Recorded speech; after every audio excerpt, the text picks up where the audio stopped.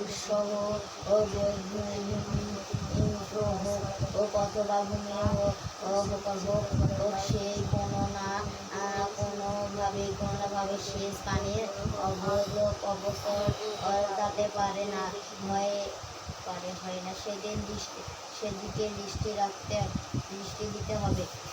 অথচ শেষে পানি অপচয় বোধ করার মধ্যে কার্যকরিত বৃদ্ধি পাওয়া যায়। আর বিভিন্ন সেচে পানির অপচয়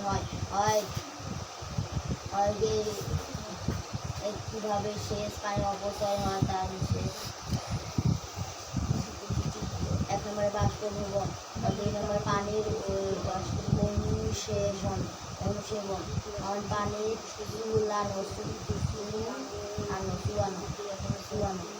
চুলানো।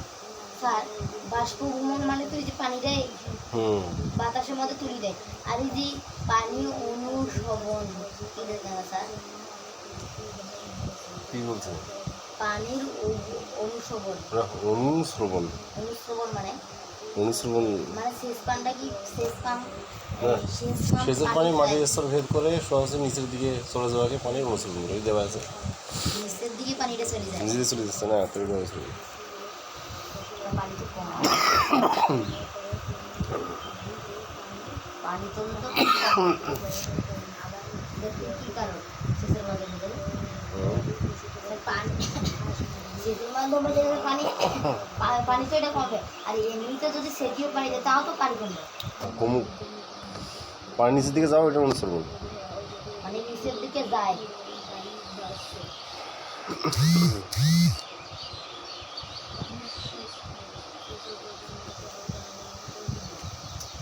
সূর্যের তাপে প্রতিনিয়ত বিকাল নদী থেকে পানি বাষ্পীভবন হয়েছে, তেমনি এর প্রয়োগ করে জমিতে সেচ পানি বাষ্পীভূত হয়েছে।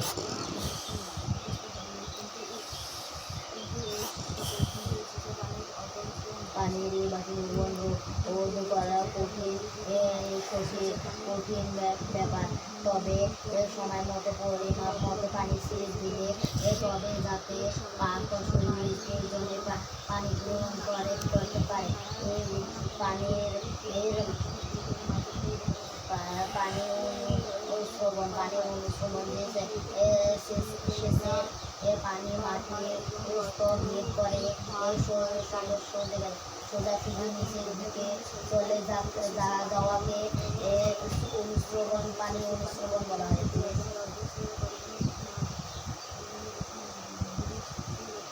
অনুশ্রবণের মধ্যে সেচের অনেক অপচয় হয়। সেচের নালায় জমিতে শুকনো স্তর না থাকলে সহজে পানির অনুশ্রবণ ঘটে। অতএব নালা জমিতে স্তর সৃষ্টি করে। চুয়ানো মানে নিচের দিকে সুই পড়ে না, পানি শোয়ানো। মনে করো যে একটা মাটির পাতল পানি থেকে দেখো যে হয়তো অসময় সুই পড়েছে, স্যাপসেপা পানি। বাষ্প মানে তো তাপ দিলে বাইরে দেওয়া আছে। জমির পানি নেই, জমির পানি নিয়ে যখন নিচে চলে যাচ্ছে সোজাসুজি যেদিকে চলে যাওয়াকে পানি বলা হয়।